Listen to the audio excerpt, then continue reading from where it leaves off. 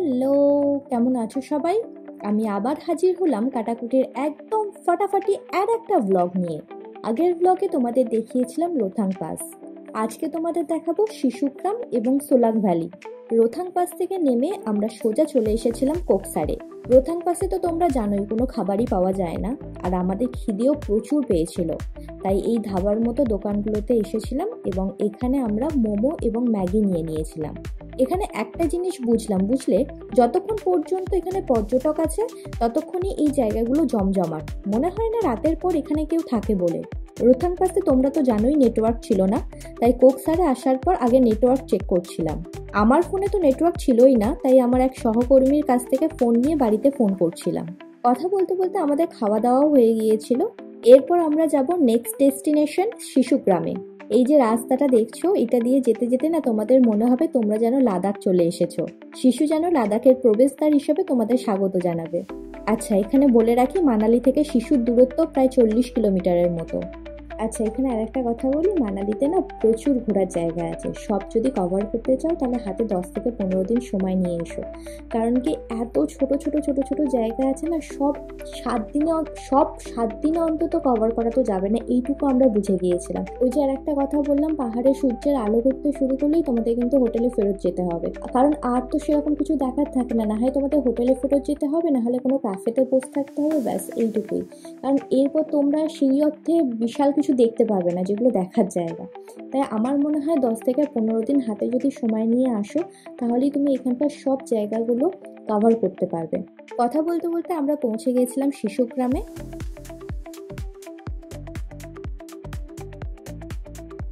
এটা হলো চন্দ্রা নদী।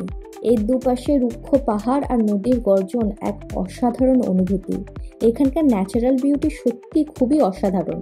শিশুগ্রামের সব থেকে যেটা ফেমাস সেটা হলো এখানকার ঝর্ণা, কিন্তু ঝর্ণার রাস্তাটা ভীষণই খাড়াই আর অনেকক্ষণ সময়ও লাগতো, তাই আমরা আর ওখানে যাইনি।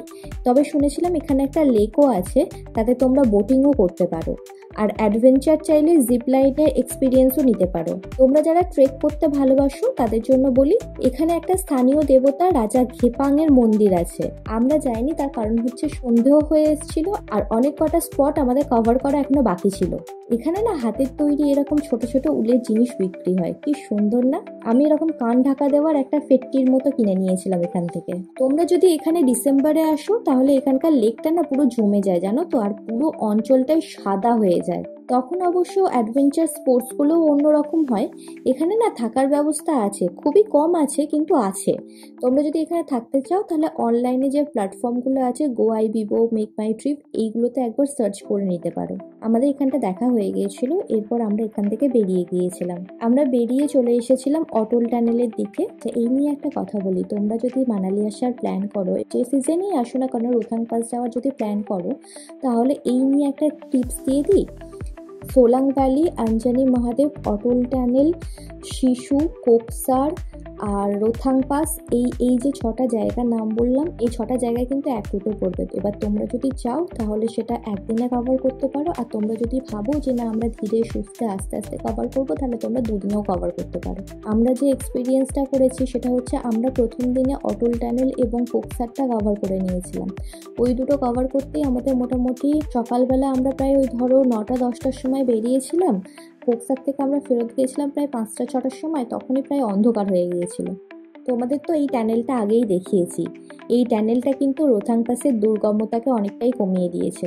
এই টানেলটা হচ্ছে বিশ্বের দীর্ঘতম হাইওয়ে টানেল। এই টানেলের জন্যই শিশু এবং সোলাং ভ্যালির রুট কিন্তু এক হয়ে গেছে। কি সুন্দর লাগছে না? টানেলটা পেরিয়ে আমরা এখন চলে এসেছি সোলাং ভ্যালিতে। ডিসেম্বরে কিন্তু এই জায়গাটা, এই যে সোলাং ভ্যালিটা দেখছো না, এটা কিন্তু পুরো বরফে সাদা হয়ে যায়, আর এখানে বিভিন্ন ধরনের অ্যাক্টিভিটি চলে। এখন এখানে প্যারাগ্লাইডিং হচ্ছে। এখানে প্যারাগ্লাইডিং এর চার্জ হচ্ছে, শর্ট ডিস্টেন্সের জন্য এরা 1000 টাকা নেয়, আর লং ডিস্টেন্সের জন্য এরা 3500 টাকার মতো নেয়। এখানে কিন্তু রোপওয়েও আছে। এখানে না বিভিন্ন সিজনে এখানকার প্রাকৃতিক সৌন্দর্য না বিভিন্ন রকমের হয়। যেমন শীতকালে এখানটা পুরো একদম বরফে ঢেকে যায়, আবার যদি তোমরা বর্ষাকাল বলো তাহলে বর্ষাকালটা এখানটা পুরো চারিদিকটা না সবুজ হয়ে যায়। কি সুন্দর লাগছে দেখো, এই দেখো প্যারাগ্লাইডিংও হচ্ছে। ডিসেম্বরে রোথাং পাস সম্পূর্ণ বন্ধ হয়ে যায়, তখন ওই রোথাং পাসের বিকল্প হয়ে ওঠে এই সোলাং ভ্যালি। তখন এখানে snow biking, snow scooter ride, sledging করানো হয়। তাই তোমরা যদি ডিসেম্বরে মানালি আসার প্ল্যান করো তাহলে কিন্তু সোলাং ভ্যালি অবশ্যই দেখো। আর এই পুরো রুটেই আমাদের আর একটা দারুণ ডেস্টিনেশন ছিল, সেটা ছিল অঞ্জনি মহাদেব। এই অঞ্জনি মহাদেব টেম্পল সোলাং ভ্যালির খুব কাছেই।